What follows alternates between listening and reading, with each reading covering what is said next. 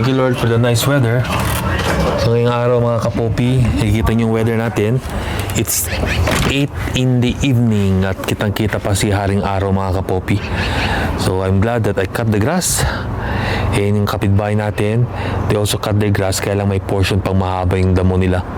Siguro wala ng oras or what, yeah. So, hindi rin masyadong malamok ngayong araw. I think pwede dito mag-barbecue. Ewan ko kung papayag si Mrs. And remember mga kapopi, I promise you na papakita ko sa inyo ang aming bahay na may magandang garden.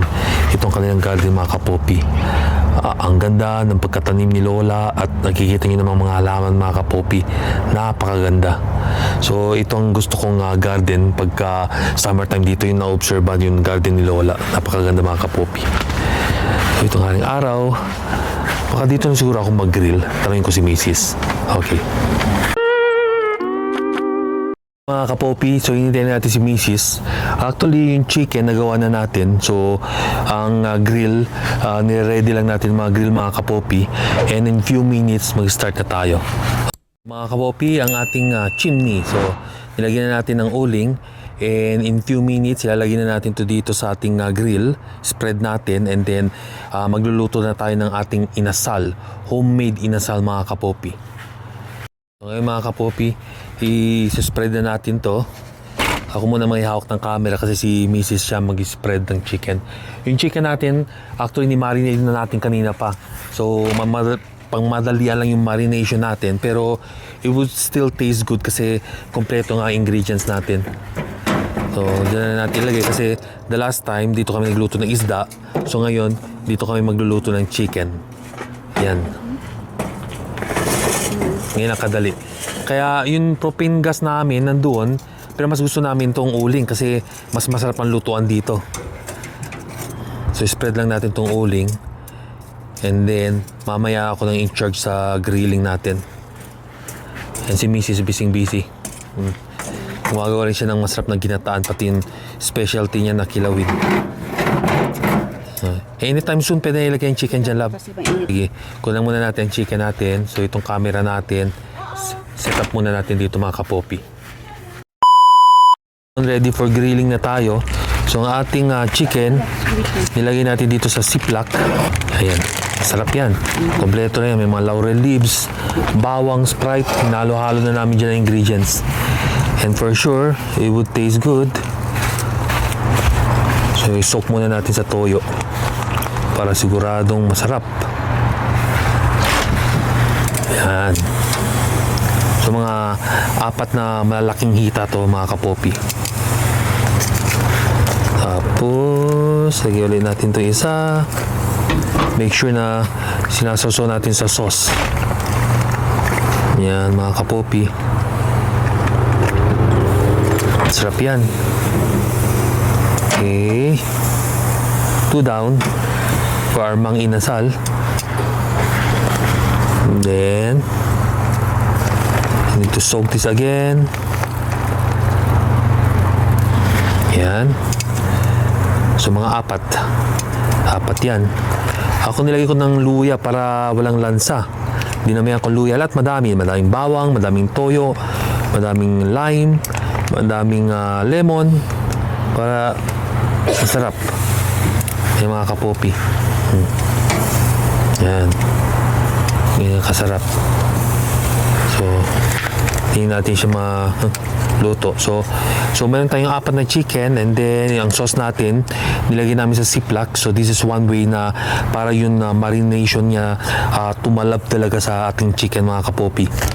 Kaya kailangan natin ilublob sa loob ng plastic mga kapopi. So ayan, nagsisimula na ang ating lutuan mga kapopi. How do you find it? Mamaya pag naluto yan, it will look yummier, tastier, and you know, it's food porn mga kapopi. Masarap, yummylicious. So, hello mga kapopi. So ngayon mga kapopi, naghihintay lang tayo na maluto ang ating barbecue. So I think it will take around 15-20 minutes or the most 30 minutes bago maluto ang ating masarap na inasal mga kapopi. Tapos mamaya, pakita ko sa inyo how it looks like. Pero medyo excited na ako, so pakita natin.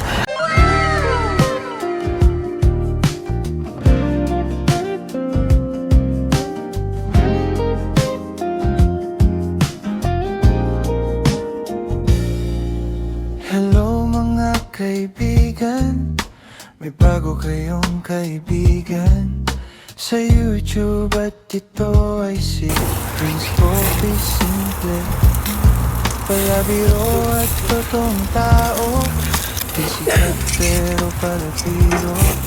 Good vibes lang ang kailangan sa pang-araw-araw. Halina na, sama ka. May kwento kang hahanapin, totoong tao, kahit ano.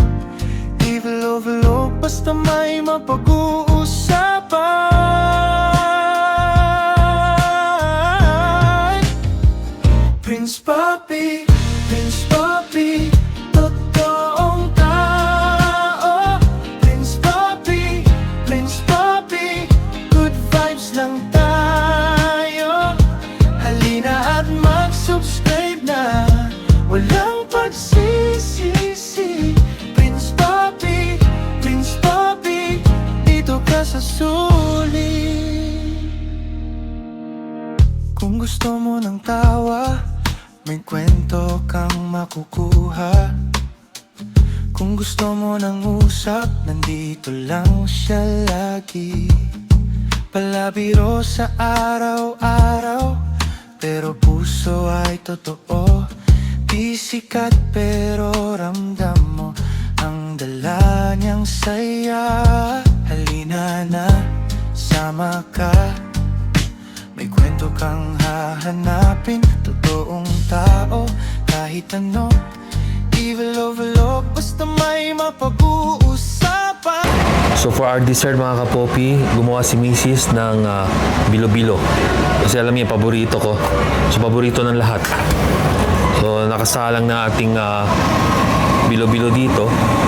So mamaya madali na lang kasi yung mga ingredients ipapasok na natin dito sa kaldero.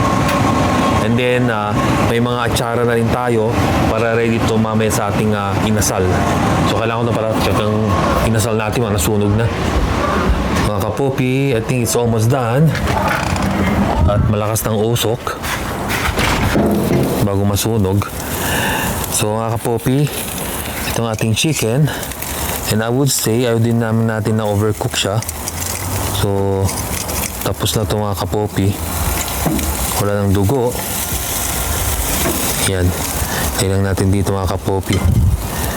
Kasi, alas 10 na. At mamaya, 10:30. Ganun kabilis mga kapopi. Getting ready na tayo for work. So, yan mga kapopi, itong ating chicken inasal. Okay mga kapopi, kain na tayo. At so, ito ang ating toyo at kalamansi. Hindi ako kumakain ng sili. Siguro konting piga. Alam ko mangang. Tapos kuha tayo ng chicken. Sana hindi nasunog. Half-half lang. So, ito yung chicken natin mga kapopi. Ito. Sasama muna natin sa toyo. With a little amount of rice. Yan.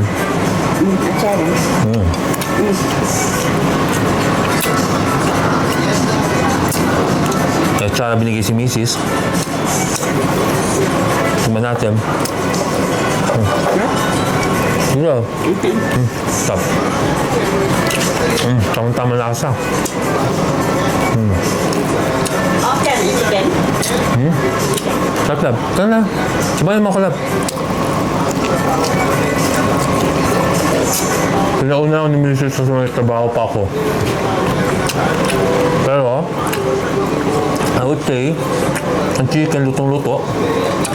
Walang dugo. At napakasarap. Okay mga kapopi, don't forget my vlog. Follow my channel.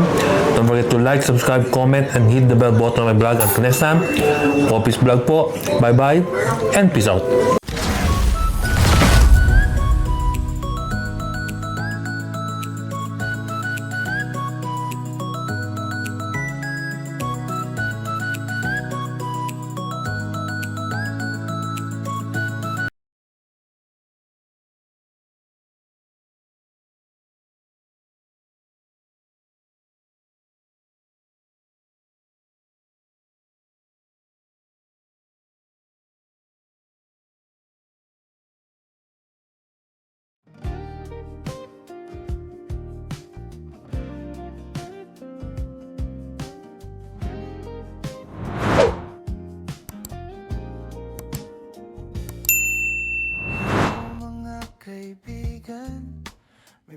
ko yung kaibigan sa YouTube at ito ay si Prince Poppy Simple.